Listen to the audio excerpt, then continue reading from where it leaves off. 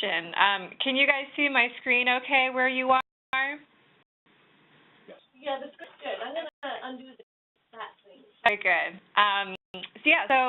My name is Amy Jewitt, as Kim mentioned, with the Western Pennsylvania Conservancy in Pittsburgh, and I've been the administrator of the iMapInvasives database in Pennsylvania for a little bit over 5 years now. So I'm pretty well versed with it. So I'm going to be going over just a very basic overview of the platform. There's a lot more tools that it offers than what I'm going to be talking about today, just based on time. We don't have a bunch of hours to go over everything, but I will at least go over an overview. And there is more tools and information available on the Pennsylvania iMapInvasives.org website that you guys can check out if you are interested.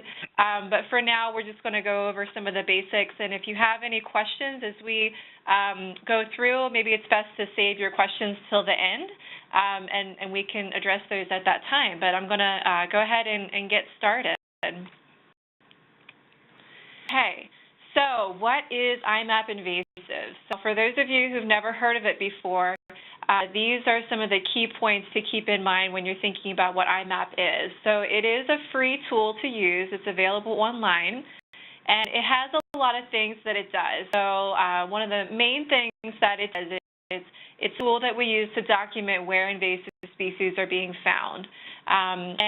It's a way to then not only document your observations, but also to learn about where other people are finding it as well in Pennsylvania and also in some of our surrounding states who are also participating with iMapInvasives, and that includes New York, and Virginia and West Virginia, and we also have Vermont and Maine that are in the New England area that are also participating.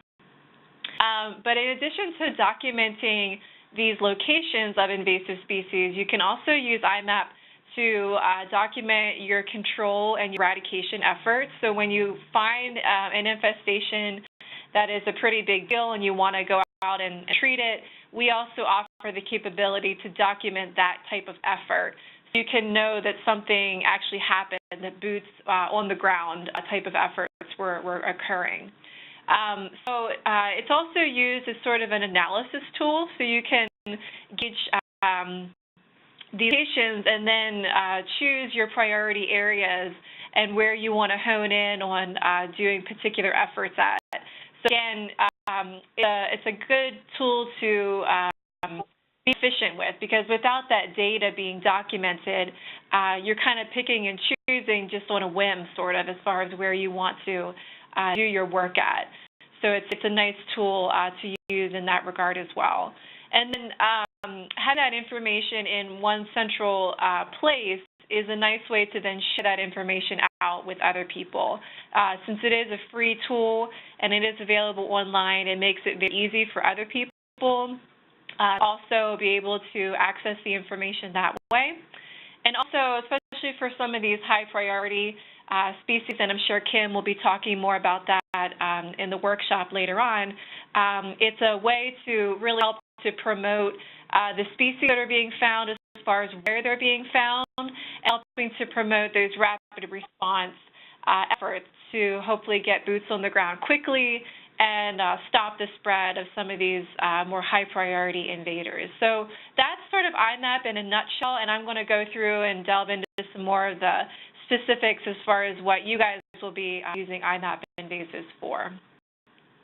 So again, as I mentioned, Pennsylvania isn't the only state that is using iMapInvasives. This is a map of the current network, and we do have one province in Canada who's also participating. So right now, this is our list of states and provinces that are currently part of the network, and we are hoping that as time goes on, we can get some other states to also participate. And basically what's involved with that is there's a data administrator, so that's me for Pennsylvania. So someone who's behind the data. We want to make sure that anything that's getting entered into iMap isn't just sitting there. We want to make sure that data is being moved on to the appropriate individuals to make sure that then action can be taken and these species are dealt with accordingly. So that's sort of The meat and bones behind iMapInvasives is there is a data administrator, and pretty much everyone that is participating in the network currently is part of a natural heritage program. So I am with Pennsylvania Natural Heritage Program, which is under the umbrella of the Western Pennsylvania Conservancy. And that is a real asset to the program because all natural heritage programs are very well versed in knowing about rare, threatened, and endangered species, the ones that we really want to protect. And having that knowledge go hand in hand with iMapInvasives is a very strong partnership to have. And so that's another thing to keep in mind when you're thinking about iMapInvasives is that relationship with the Natural Heritage Program. So you might wonder what species are tracked and the ones that you can actually record in iMap. It isn't just plants. It is an all-taxa data management system. So we do track plants, terrestrial, and aquatics, and we also track other things, including insects, mammals, invertebrates, and reptiles and amphibians. And so all together, I believe there's over 300 species that we're currently tracking. And if by chance you happen to find a species that you believe should be on our list that currently isn't being tracked, you can certainly reach out to me and let me know, and we can consider adding that as a species to be reportable in iMap. And keep in mind that for any species that we do track in iMapInvasives, it has to meet that definition of an invasive species, and that the definition that we use is it's a species that is non-native to a particular area, and it is known to cause harm in some way, and that harm is either harm to the economy, to the environment, or to human health. It can't just be a nuisance pest. Sometimes people say, oh, why aren't you tracking poison ivy? And I say, well, that's because it's a native species. And so even though it's a nuisance to us, it is a native, and it's actually beneficial to our environment and to our wildlife. And so we're not tracking it for that reason. There's other species that might be exotic species, but they aren't actually known to cause that harm component. So again, something to keep in mind that every single species that we are tracking does meet that definition of an invasive. Just some quick logistics to point out if you've not used iMap before. The internet browsers that are recommended for use when you are using iMapInvasives are Google Chrome, Mozilla Firefox, and if you're a Mac user, Safari. I would not recommend using Internet Explorer. We have found that it doesn't work as well as the other browsers do, but if it's the only option that you have as far as what Internet access you have, I would recommend having the most up-to-date version of Internet Explorer, so that would be version 11 at this point. Just again, another thing to keep in mind, if you have a choice, make sure that you're using either Chrome or Firefox or Safari. So we talked a little bit about what iMap is, but I want to talk a little bit more about some of its key components so you can get a better understanding of the power that this database has. So documenting your invasive species findings is, of course, the main thing that it really does. And it's an easy way to do that. So you can document the species that you're finding in your local area or region. And as you can see here on the map, these locations of invasives are being represented by the symbology, the green circles and the orange squares on there. And just for your reference, the two different types of symbology mean different things. The green circles represent points with precise GPS coordinates, and orange squares represent points without a precise location, so it's more approximate to a certain area, like a county or a water body or a town or something like that. And also you'll notice there's some there's some yellow circles on there as well, and that represents unconfirmed data, so data that's been entered and it hasn't been yet reviewed by myself, the administrator. There is some other neat tools that are available in iMap, reference layers that you can turn on that help you to better understand the data as far as where it's located and what it's in close proximity to. So there on the left-hand side, I've turned on the natural heritage layer, and that is essentially a layer that is showing places where there's habitat or there's species that are rare, threatened, or endangered in our state. And so having that type of information is useful because if you're finding invasive species, especially high-priority invasive species, that in or near some of these natural heritage areas, you might want to prioritize those areas first for treatment because we know that those are special areas that we want to protect. Also there on the right-hand side is a nice layer to use, especially for the APIPMA group. This is our CWMA layer. It stands for Cooperative Weed Management Area, which the APIPMA is essentially a CWMA. So right now we don't have the APIPMA boundary layer on here, but that is coming very soon. And that essentially is showing you the region that APIPMA is managing. So you'll be able to see that your points or the information that you'll be documenting in iMap will be falling within that boundary layer, again, once that is put into the database, which should be very soon. So this is a thing of some of the reference layers that we offer. There is several more, and I believe I'm going to be showing you a few of those as we go through the slideshow here. But once you get into iMap, you can play around and see some of the other options that are available. So I mentioned before, iMap is a really great tool to use to do that analysis, to be able to prioritize your surveys and your treatment efforts that you want to do in the future. And so the way that you do that is you pick a species that you're interested in managing, and you can turn that information on the map.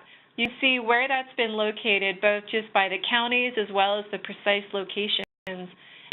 And an area that you want to treat, or if that's a species that you aren't sure of the complete distribution, but you can learn that through iMap, then you can really plan your treatment efforts and your survey efforts much more efficiently once that data has been documented. Because without that, again, you're kind of finally trying to figure out which way is best to go as far as where to prioritize and where to do those types of efforts at. So having that data documented is very crucial.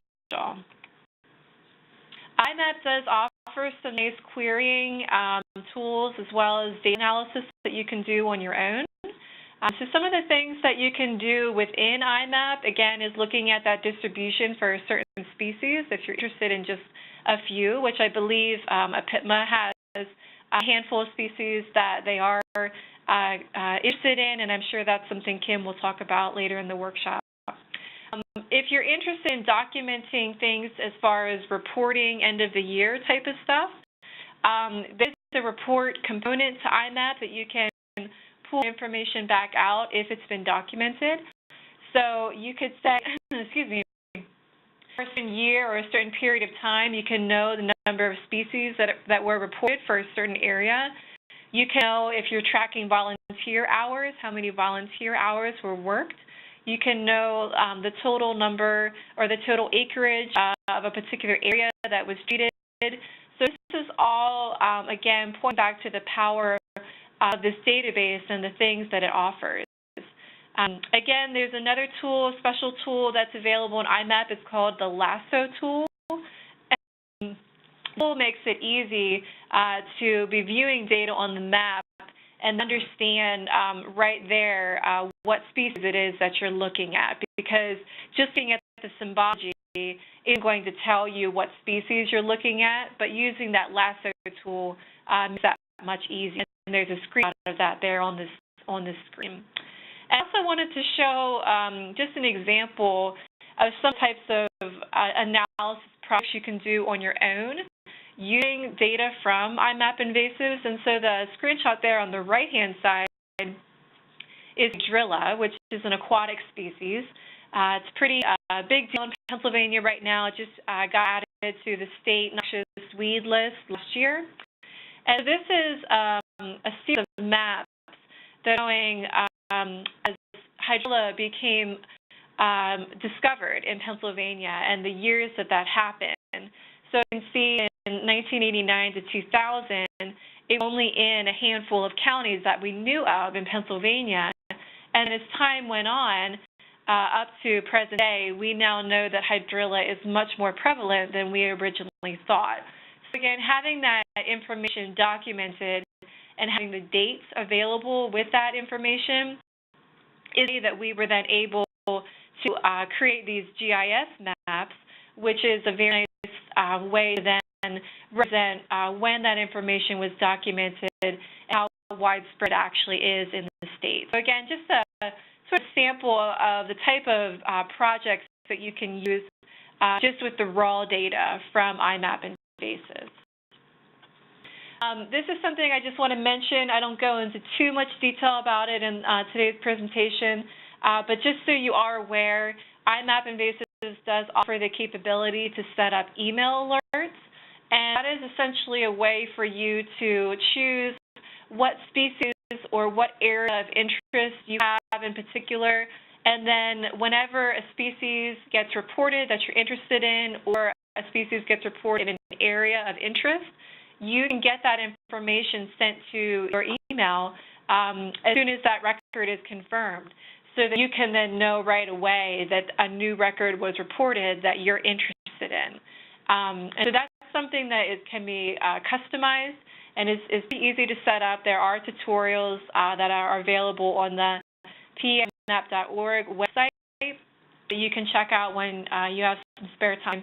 But again, just know that that is an option that's available to stay more aware of the species that are being reported or your specific area of interest. Another thing that is really important and is a key component to iMap is that we get our data from multiple sources. Of course, APIPMA is going to be one really great resource.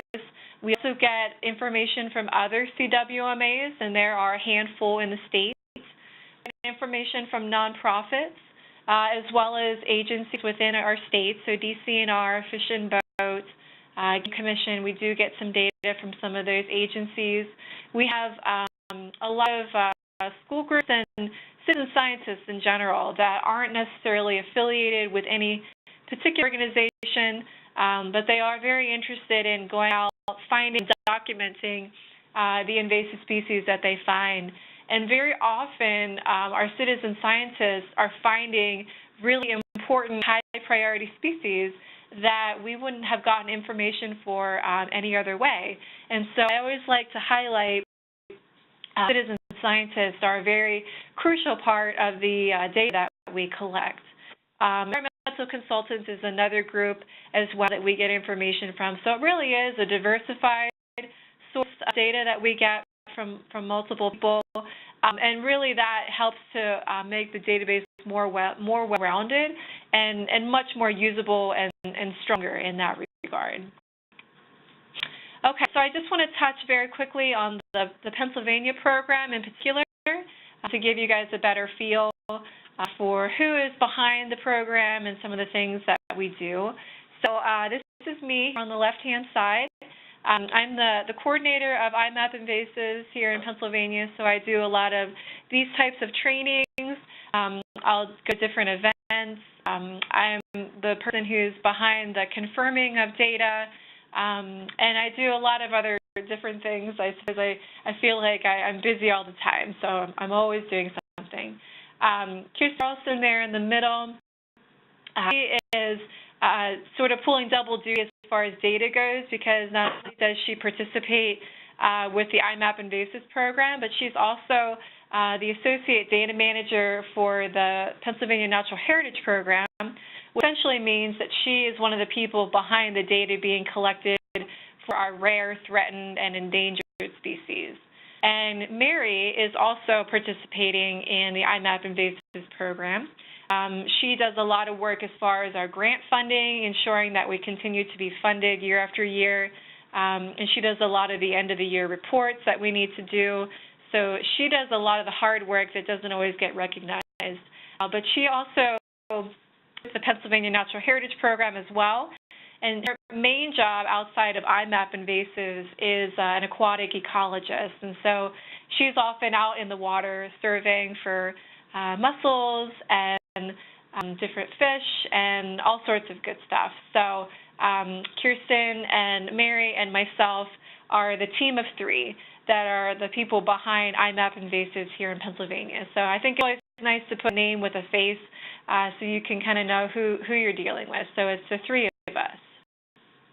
And again, since iMapInvasives here in Pennsylvania is an available option, I do just like to mention that it's not a mandatory thing that people have to use it. It's just an option, because there are other databases that are out there that are available for data tracking. IMAP is one of them. I like to think that it's one of the better ones, but there is a few other ones. So I say as long as you're tracking your data somewhere, that's the most important thing. But certainly iMapInvasives offers a lot of really great tools that are very useful, especially for the CWMA, the APIPMA group.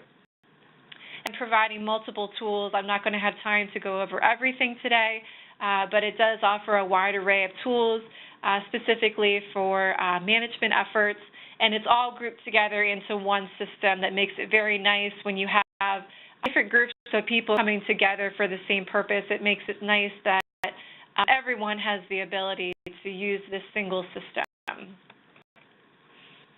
So again, I mentioned about we have the partnership with the Natural Heritage Program, and we bring that knowledge to this program. And so with that, we have knowledge of the species across the state, and not just in the region where APIPMA is. Whenever we have a high priority species that's reported, that information doesn't just stay in the database. We want to make sure that that information gets out to the people who need to know about it, so that rapid response efforts can happen right away as soon as possible.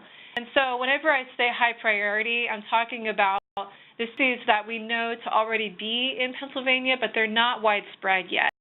These are the species that we really do have the chance to hopefully eradicate, not just control, in our state. And here's a list of some examples of these species in our state. Here on the right-hand side, there's wavy leaf bassgrass. This isn't one that is known to be in the APIPMA region yet, but it is known from Pennsylvania, more from the southern part of the state. That one is certainly in small enough quantities at this point that we hope to eradicate it. Other ones, as you can see here in the photos, we have goat shrew. That is a species that is known from the APIPMA region, so keep your eyes peeled for that one. Five-leaf Aurelia is a species that we consider high priority. Black swallowwort, another terrestrial species. The listing of some other ones here on the page. And unfortunately, this is just a small handful of a lot of the other species that we know to be considered high priority in our state. So educating yourself on the ones, especially in the APIPMA region, that are considered high priority are really the ones that you want to keep your eyes peeled for and report, but certainly any invasive species is one that you want to try to report so we document that and have that information available. Okay, so I want to give you guys a better visual introduction to IMAP, and this is going to be a series of screenshots since I'm not able to show you guys the database itself.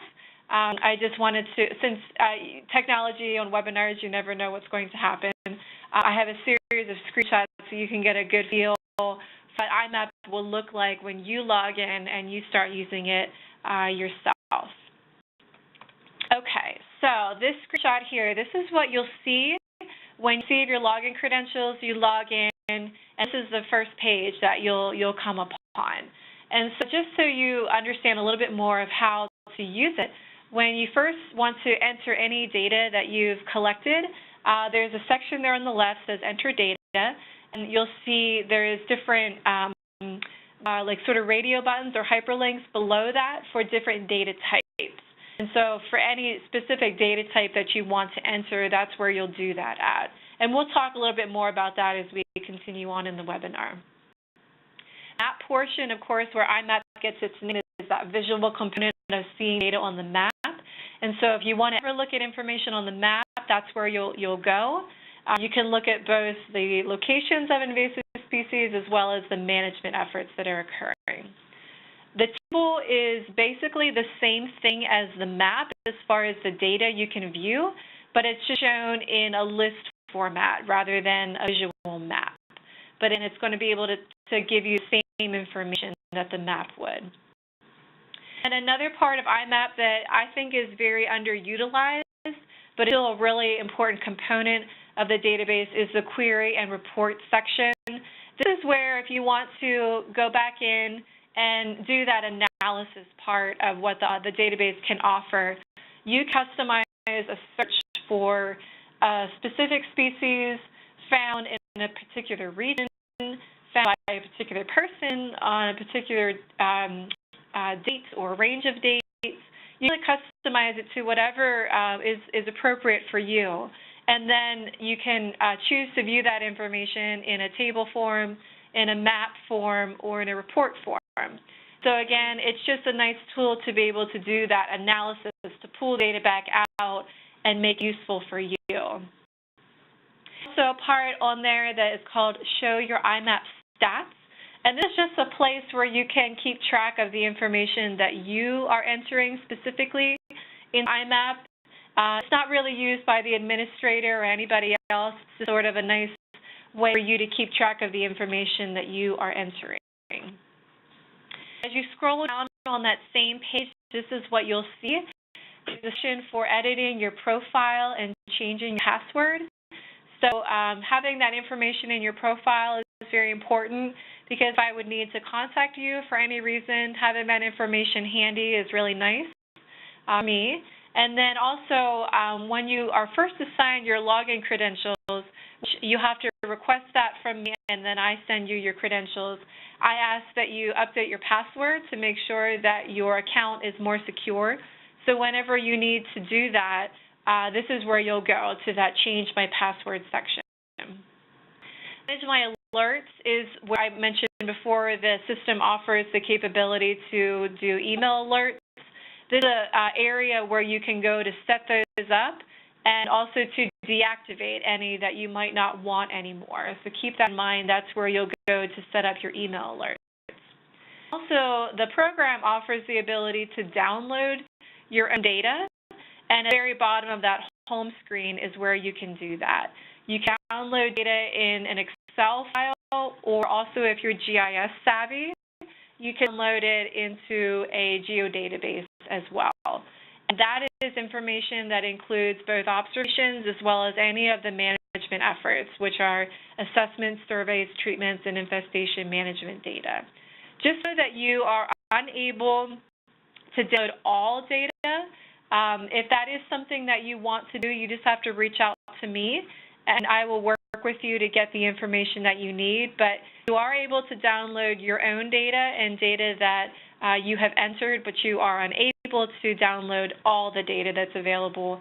And we do that on purpose because some data providers do not want their information distributed freely for certain reasons. And so we try to respect their wishes by making sure that we don't offer the capability to download everything right there, but we do offer the capability if you reach out to us, and we can work with you on that. Okay, so I just want to go over real quick just the structure of IMAP and how you can use it when you're out in certain situations. So if you see invasive species and you want to document that, you plot its point and plot its location as an observation point. If you find a large infestation and you want to record the size of that infestation, you're going to add an assessment record, polygon. If you're doing a search of a specific area, or you want to record absence data, and so absence meaning if you go out looking for something and you don't find it, that would be absence data. You're going to do a survey record for either of those things. And if you treated an area that was known to be infested with one or more species, you're going to create a treatment record. And lastly, we do offer a special data type where you can track all the management efforts that are occurring for a single species in a particular area. That is called an infestation management record. I'm not going to spend a lot of time on those management records today just because we don't have all the time that we would need, but we want to talk about how to create an observation record and also how to use the mobile app. I want to just mention really quick, in order to utilize the tools that are available in IMAP, I mentioned this before, you will need a login account. So that you do that is there's a few ways actually. You go to either of these websites, iMapInvasives.org or PAIMapInvasives.org, and both those websites you can navigate to go and actually register for a login account. That will come directly to me. I will fill it, and you will have your login credentials within a few days, if not the same day. Okay, so just make sure that if you are interested in participating, visit one of these websites to register for a free login account. If you are interested in logging data in other states that have IMAP other than Pennsylvania, you'll want to go to a specific state or province and request a login account from them. So if you would go to iMapInvasives.org, you go to the Login Now button at the top, navigate to New York, for example, and go and request an account from them that way. Okay, just keep that in mind. I mentioned that once your request is received, I'll fill that, and it might not happen right away. It might take me a day or so to get back to you, but I will make sure to send you your login credentials as soon as possible. All right, so let's talk a bit more about plotting an observation point. So again, this is a report for a specific invasive species that you find at a certain location on a specified date. Keep in mind, depending on how you want to document your observations, you can make multiple observations for the same population of species. So if you have a large area that, for example, there's a lot of purple loosestrife in a certain area, and you might want to document every stem of purple loosestrife that you find, you can do that by making multiple observation records. You can also choose to just make one observation record. It's kind of up to you how you want to do that, but as long as you're documenting at least one, that's really the most important thing. You can choose to enter observations manually via your desktop or the mobile app, which again we'll be talking a little bit more about. If, for example, you already have data documented in large quantities, like if you have a lot of data, maybe 75 or 100 records or more already documented, you can actually send that to me directly, and that will save you a little bit of time as far as loading that into the database, because I can do that for you. And we accept bulk data sets in both Excel as well as geodatabase or shapefile format that we can use in GIS. Observation data is just going to be really basic as far as what it involves. You're going to be capturing a photo of what you found. You're documenting the person who found that as well as their affiliated organization. The project, which I'll talk about, but that will be the APIPMA project most likely. The species that you found, the date you found it on, and its location. I'm going to show you a series of screenshots as far as how to go about doing this. So again, once you log into IMAP, you're going to look for that section on the left-hand side that says Enter Data. So you're going to click on that, and then from there you're going to enter your pictures. So for when you're entering an observation on your desktop, you can load up to 5 photos and different categories of photos that you can choose from. And they include a close-up picture, getting really close to the subject matter, an infestation, so showing the area that might be taken up by this species, a scale photo, so having something in your picture like your hand or a pencil or a coin or a ruler or something that's helping to identify the size of what it is that you're taking a picture of is helpful. Certain species like knotweed, Japanese knotweed and giant knotweed are 2 examples. Giant knotweed, just by its name, you can guess that the leaf is a little bit bigger than regular Japanese knotweed. And so a scale photo that shows basically the size of the leaf by having something else in the photo is very useful as far as confirming that data. I always like to mention the quality of your photo is very important because we rely on that to confirm your data. So without that photo, we cannot confirm any information in IMAP. So having a picture that might be taken from very far away to distinguish what species you found is going to be very difficult. So I always like to encourage people to take multiple photos and make sure you're taking those good pictures that show those distinguishing characteristics of what it is that you found. Taking photos from an aerial view, from a side view, getting down and looking at the underside of what it is that you found, all very good ideas as far as when you're out taking these pictures. Again, selecting the observer, so that's going to be either yourself, or you can also enter data for somebody else. And you would do that. There's a drop-down menu, and you can select that person's name that way. If the person's name is not in the drop-down menu, that means that they do not have a login account, so they'll need that account in order to then have data credited to them. So just ask them to request a login account, and then you can enter that data for that person if that's applicable to what you want to do. I mentioned about selecting what project for when you're entering data, and anytime you're finding data within the APIPMA boundary region, you're going to want to select the APIPMA project. Selecting data in a project is optional, but I know for this particular group, Kim and Maddie and Jody are very interested in being able to search for all the data that is found within their CWMA, and so tagging it under that project then allows you to query for all the data that's found in that particular area, and it makes it very easy for those ladies to do that. Okay, so just make sure that you're doing that. The name of the project specifically is called APIPMA Initial Database. So just look for that. And Kim, for anyone in your group who does want to tag data under that project, just make sure to send me their information. That way I can add them as members to that project.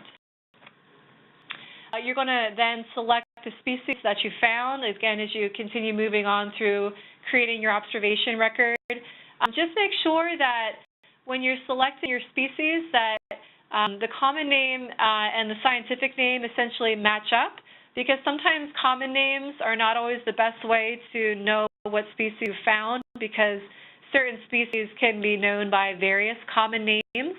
So always just double check that the scientific name is indeed the species that you found, and that is correct. So just beware of selecting by the common name and make sure you're looking at that scientific name, because that's always the best way to go. Selecting the date that you made your observation on is not hard to do, but just keep in mind that the way you do that is you have to navigate on the calendar that's available there. You can't actually type in the date. And so the way that you navigate on the calendar, it will default to the current day. And if that's the day that you found it on, then it makes it pretty easy. But if you are entering older data, maybe from a few months ago, if you click on the title bar there where it says March 2017, if you would click on that, it will bring up all the months within that year, and you navigate that way. If you're selecting data from a different year, maybe a few years ago, if you click on that title bar again, it brings up a list of all the years, and so you can navigate to the date you need that way. So just keep in mind, you can't actually type the date, you have to navigate using the calendar. Once you are done with all of that, the last step is entering the location where you made your observation. And so there's a few ways that you can enter your location. You can enter GPS coordinates. If you were collecting using a GPS device, you'll want to do that way.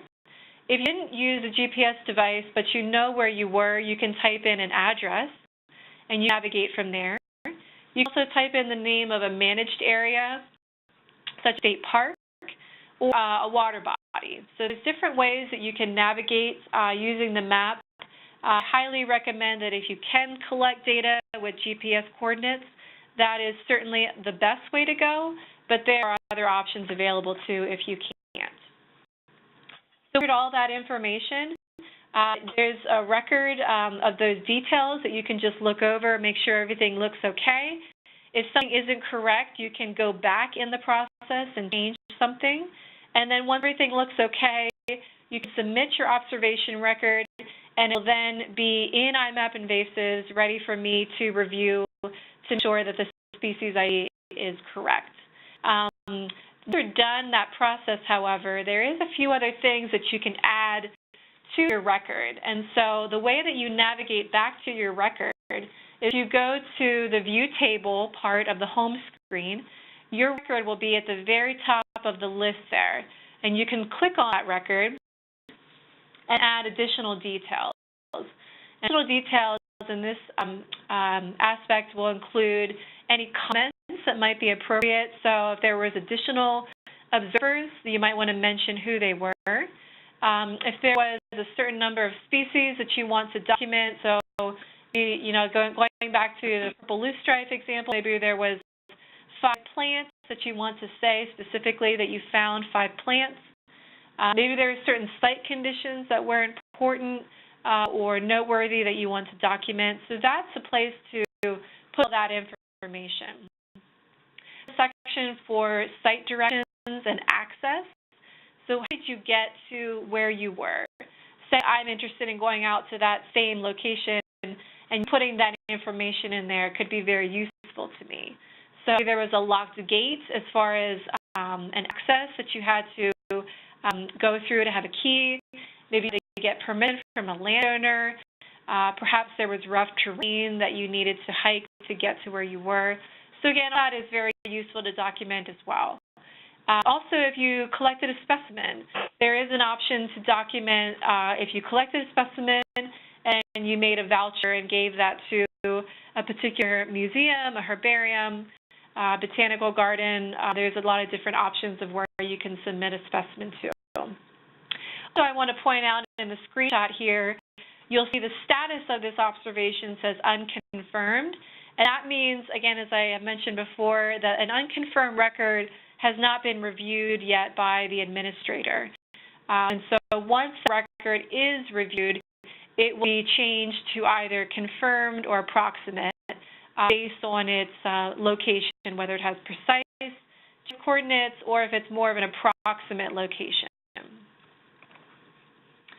So if you, at any time you want to refresh on how to enter an observation record, we do have a training video that's available. You can go to either Pennsylvania iMapInvasives, the website there, it's our training tab, and there's a section where it says video, and check it out there.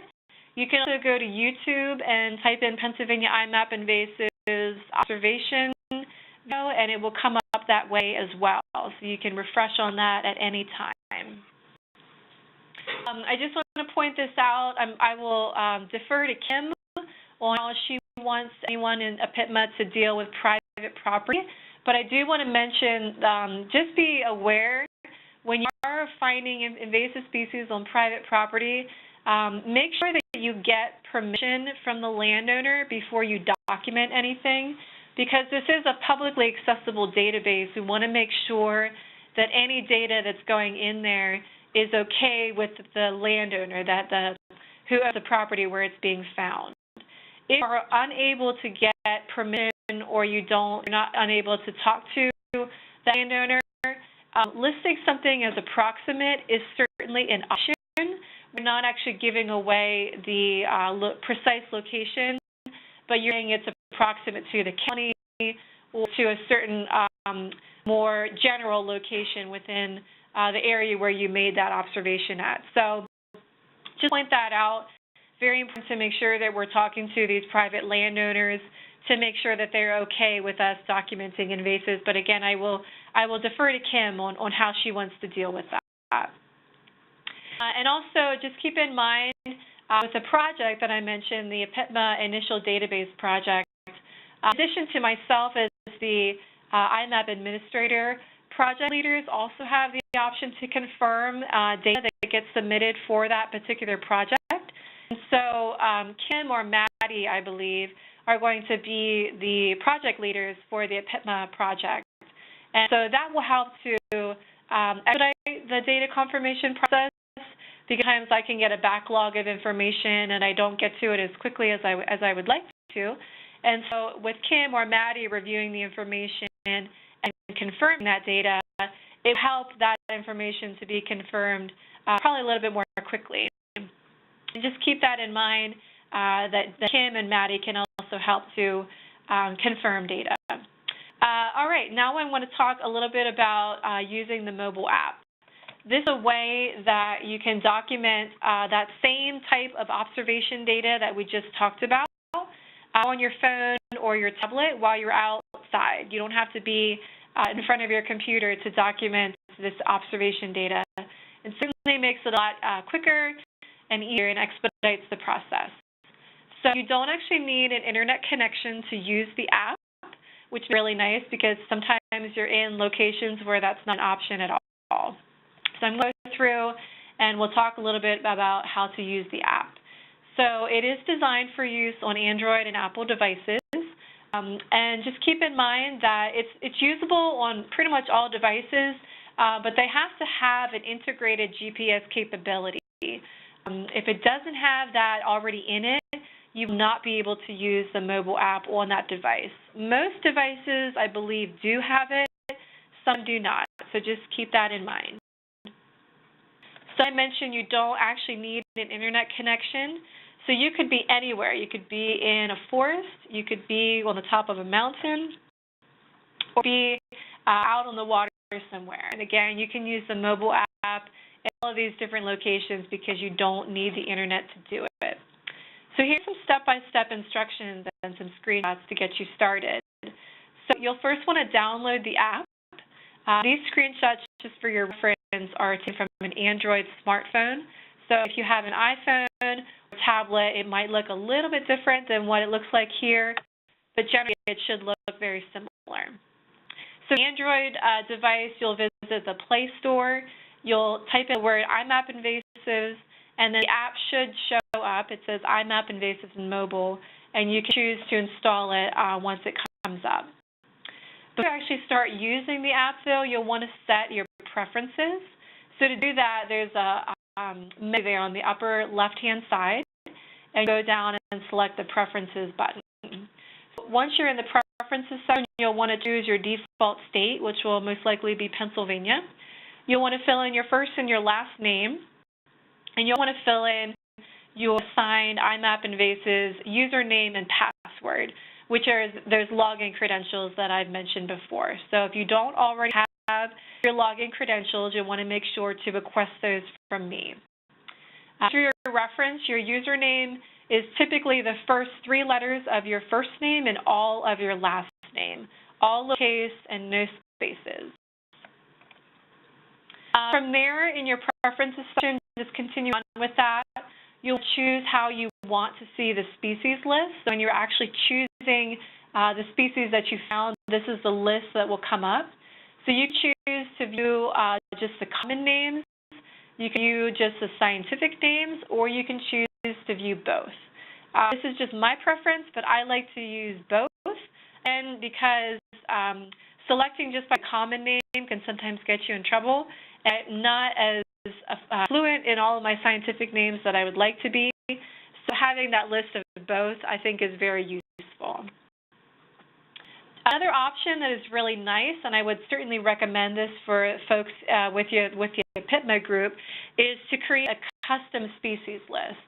And the custom list basically makes it a lot easier for you to navigate to the species that you're finding without looking through a list of over 300 species, which is how many species we're currently tracking. So essentially, you select a list of maybe like 10 species rather than looking through a list of 300. And from there, it saves you a lot of time rather than scrolling through a bunch of species. You only have 10 that come up. They're primarily the ones that you are used to finding, or the ones that maybe Kim and Maddie and Jody want you to be looking for. So you can just set up that custom list, select the species that are most appropriate for that. There's an option to choose the type of map that shows up on your mobile app. So you can choose either the road view or a satellite view. And that's pretty much it as far as your preferences. Then at that point, you're ready to start using the app to start documenting observation data. Just note that you are not able to document any other type of data with the app. You cannot document any polygons. So we talked about the assessments, the surveys, the treatments. None of that can be documented with the mobile app, but you can use it to document observations. So once you're ready to start using the app, it will show up as an icon on your phone or your tablet, so you'll just choose that. When you're ready to add an observation, there's a button there at the top that says Add Observation. So choose that. And camera icon there at the very top of the screen that you'll click that, and it allows you to take one picture of the species that you found. Keep in mind that because the app is sort of limited and it only lets you take one picture that it will store, you can actually take other pictures just normal like you would with your camera on your phone or your tablet, and just store those in your phone or your tablet, and when you have an opportunity to go back to your desktop computer, you can upload those additional photos at that time. So just keep in mind the mobile app only allows you to take one picture and store that with each observation. As you continue on, once you've entered or taken your picture, you want to select the project name. So in this case, if you're in the APIPMA boundary, then you'll want to say it's part of the APIPMA initial database or initial data set. You select the species that you observed.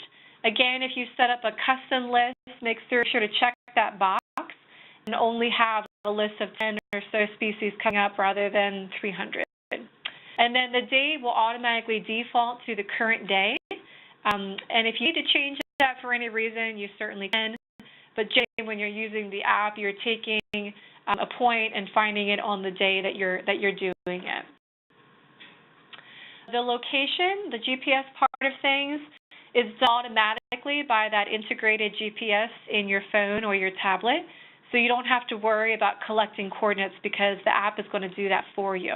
If for some reason the GPS is a little bit off and you want to move it, you can do that simply by unchecking the GPS box and just using your finger to scroll on the map to the location where it should be. I do want to mention that sometimes if you're in an area where you don't have an internet connection, your map will not show up. That's okay. It doesn't mean that your GPS isn't working. It just means that the map is unable to show up. So in that case, I would just trust that your GPS is working. Go ahead and collect the point like normal. And when you get an opportunity, just go back to it on your desktop computer once it's been loaded and just double check that the location looks accurate. But so just keep in mind, if your map doesn't appear on your mobile app, it's okay. The app is still functioning like normal. And then depending on what species you choose, there will be some additional assessment-style questions that will appear. And they appear for when you're finding either a terrestrial plant or an insect. And so those additional questions will pop up. And so, for example, the plant assessment questions will ask you for the size of the area that is containing that invasive. And so it's asking you basically for distribution information. And for this example, I've said that I found scattered plants or clumps of those plants. It gives a little bit more information that is really nice to document. And then if you want to add any additional comments, you can certainly do that, and that's available right there in the app. So again, with the comments, that really helps to make your observation a little bit more informative, a little bit of what we just went over. So once you've done all of that, it's going to save your observation to a list that's there on the app homepage. And you can put in as many observations as you want. There is not a limit to how many you can create and store in the app. And then once you're back in an area that has an internet connection, you can then upload your data. So keep in mind, you don't need the internet to use the app to actually collect data, but upload the data into IMAP, you will need that Wi-Fi connection. Once you're ready to go ahead and upload your data, you're going to click on the checkbox next to each of your observation records, and in the menu, you're going to say Upload Selected. So all of these records that I've just selected, I'm ready to upload them. The window that pops up that says, are you sure you're wanting to upload these records? And you say yes, or you say okay.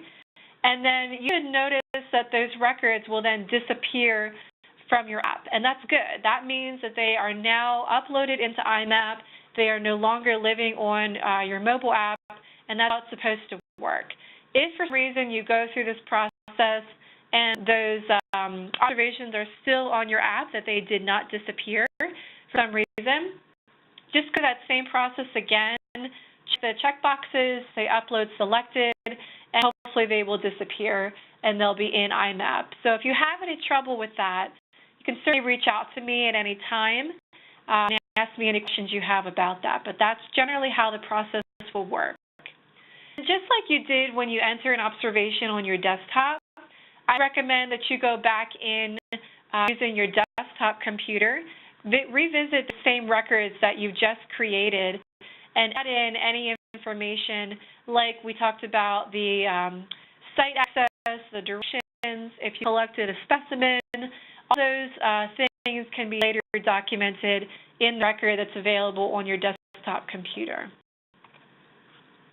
Okay, and then once your record has been reported, again, it's going to come up as an unconfirmed record. So either myself or Kim or Maddie will take a look at that record, review the photos that you included in your record to double check that the species ID is correct.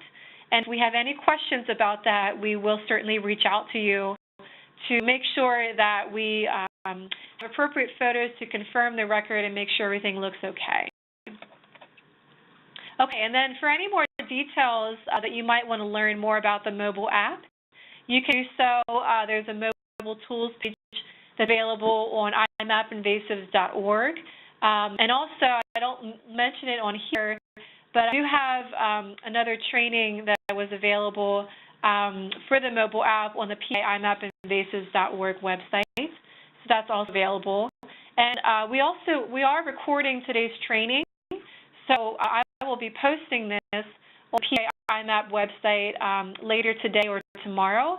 So you can always feel free to revisit this training at any time and fresh on any of the stuff that we're talking about that way. Okay, so this is the part where it's a little interactive. I would like some feedback from you guys as far as what's wrong with these observation pictures.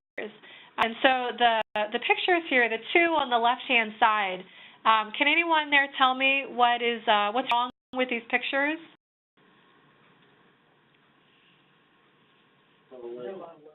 Far away? Before I heard someone say yes.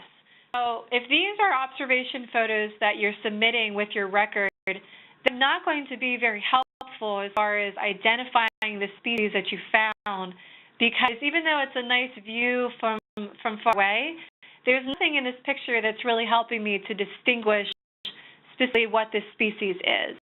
So in making sure that you're getting up close to what it is you found, it's really important to actually confirm the species that you were looking at. What about this other picture? What do you think about this one? Interesting, so there's no comparison. Yeah. Okay, I heard all of that, but that's okay. So this one is, it's close up, but for this particular species of thistle, you need to get some other types of photos in addition to this, because this isn't enough. So you need to know a little bit more of each species and what you need to know about it to distinguish the identification. I'm sure that Kim is going to talk a lot more about that for the species that are high priority in the APIPMA region. Just make sure that you're more aware of some of those distinguishing characteristics to make sure you're taking photos of them as well. So that's sort of the point behind this particular picture. What about this one? What's going on here? blurry. It's very blurry. Yes, this is really blurry. So this is actually a picture not necessarily of the species that was found, but more of an area where a certain observer was at, where he was finding New Zealand mud snails, to be specific.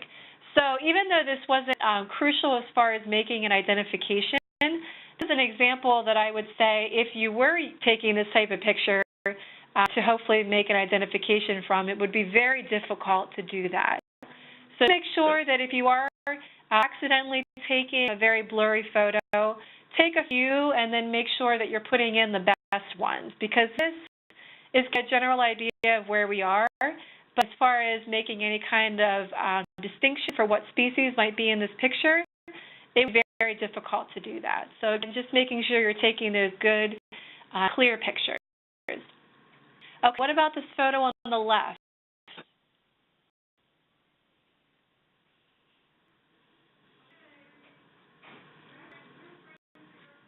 Okay, we talked about this already. This is just another one that's too far away. So again, this is giving an idea maybe more for an infestation than looking just at one particular plant. But as far as making an ID, it would be impossible to do that. So, and I show these pictures because I have had several people in the past give just this that they gave me to make an identification from, and I then have to reach out to that person and say, I need more than this to make definite confirmation from. So it seems obvious, but I'm putting this example out because it happens and it continues to happen. So just be sure that you're not one of the people that's doing this and just putting one picture and this is all. Okay, last picture here on the right. What do you think is wrong with this one? It's an illustration, but it's inadequate. Okay, so it's a little hard to hear on the phone, but again, that's okay. This is a cultivated species, so the picture itself isn't bad. It's close up, but this is a picture of a Japanese maple, which really is a species that we track, and it is here in a cultivated setting, and so it's not a species that you would want to report to IMAP, because ultimately the purpose of any data or any species that are reported to IMAP are species that we then want to treat, that we want to get rid of ultimately. And so this species, if this tree were treated here, I think someone would have an issue with that. So unfortunately, even we don't want this species to be there because we know it's invasive and it can spread to other regions. This is not one we want to track. I want to wrap up my portion of the PowerPoint by talking very quickly excuse me, about cultivated species and the examples in which you do not want to report them. So here we can see some photos and just a description. We will very often find species that are invasive, that are planted in yards and people's gardens and landscaped areas, and even though they're invasive, these are not ones that are going to be treated. There'd be some definite issues if there were. But we know that they can escape into our natural areas, and so that's ultimately what I want to tell people, that planting these species can lead to harm. It can really hurt the environment. It can harm our native species. And so ultimately, we want to make sure that we're telling people to plant native species. But for purposes of tracking an IMAP, we do not want to record species that are found like in the upper photo here, where we can see some calorie pears that are planted in a parking lot. But we can see here that there's calorie pears in a natural setting. So finding ones that are in the natural setting, those are the ones that you want to report to IMAP.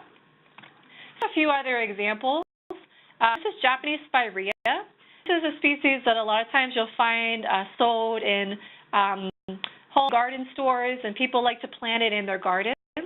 So unfortunately, we don't want people to do that because then it leads to this.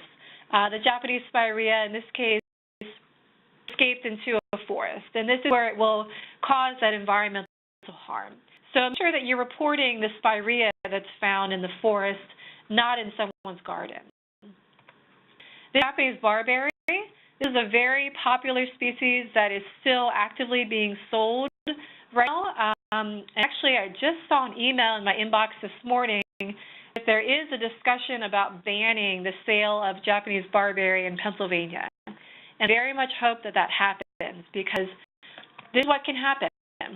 Japanese barberry can spread from someone's yard or garden in forest. And this is where then, just like the Japanese spirea, it can cause harm to our native species, can outcompete. And another thing that Japanese barberry is very well known for is it harbors ticks, which is to issues with Lyme disease. So again, this is one where even if you're finding it in someone's yard or garden, please don't report that to iMap. Please report it if you're finding it in a natural setting. This is a photo of Tree of Heaven. And again, even though we know this to be an invasive species, this is planted in a parking lot at a building. So this is not one that we would report in iMap, but we report Tree of Heaven if found in a setting like this. For example here, this is hardy kiwi vine. I found this being sold at Lowe's. Again, I would very much discourage people from purchasing this species because it might be nice in your garden, but this is what it can do in a natural setting. It can completely take over. It's very similar to kudzu in that regard. And so, and if we're finding it in this type of setting, certainly want to report it, but if it's in some garden, we don't want to report it in that case. So as I mentioned before, this was just a very basic and quick overview of the training or the tools that are available in iMap. If you want to learn more about what's available with the other tools that are available in the system, I would recommend going to the Pennsylvania iMapInvasives.org website, go to Training tab, and click on the Archive section. There you can learn about how to do other things. Like we talked about different types of data where you enter polygons. You can learn to enter polygons for different management efforts. Learn more about how to view data on the map, turning it on and off those reference layers. Just basically being able to better understand where species are located in the state. That lasso tool I mentioned before is a really handy tool to look at this symbology here on the map and actually know what species were found in that area. So that's a really nice tool to know about and to utilize. And also just basic querying and analysis. We also talk a lot about that in some of the other trainings that I've done. And so I would certainly recommend checking those out if you have the opportunity. So basically all of this comes back to how iMapInvasives is being used. So we have a few trainings available where we talk specifically about some examples of certain people that are using iMap and the specific ways that they are using it to further their work with invasive species, whether that be on-the-ground efforts, whether that's research, whether that's working with citizen scientists and volunteer groups, or even a group like the APIPMA, CWMA. Okay, so that is all I have. I will open it up to any questions. And Kim, I would say if there are questions, if you could repeat the question for me. I was just having a little trouble hearing everybody, but I'm happy to take any questions you guys might have. Can it be used for sensitive or endangered species? Okay, we have a question about whether this could be used for sensitive or endangered species. So this tool is specifically for invasives. Are you talking about the native threatened species? Like just get like a coordinate area there or something. Just a location. Just for now, would the naturalist program be more suitable for the native, that sort of endangered native species? Yeah, so iNaturalist is another really great platform that you can use for anything, whether it be native, invasive. Certainly, I would recommend utilizing that, again, to document your native species. If you are finding any species that are considered to be rare, threatened, or endangered, I would very much recommend contacting the Natural Heritage Program. And I can be the avenue to connect you to whoever we would want to get that information to. So finding like a rare orchid fern or whatever that might be. Certainly our staff can't be everywhere at once, and we would love to capture that information. So if you are finding anything like that, sort of report that to the Heritage Program. Other questions for Amy? Is there to use this so to identify plants that are invading us, we have no idea what are? So are you saying like early detection species, like species that are not yet in Pennsylvania? Or that we're not familiar with. like identify the plant itself, I think. Oh, yes. Yeah, so that's one of the nice parts about when people take those good distinguishing characteristic type of photos.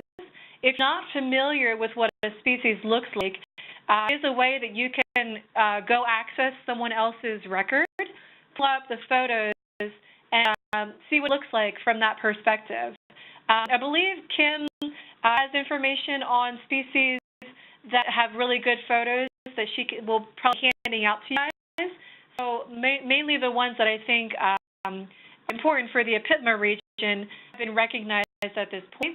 But certainly there's a lot out there that we're always thought about and we're discovering. And so certainly iMap is a way to become more familiar with those species. Thank you. Sure. Any last questions for Amy?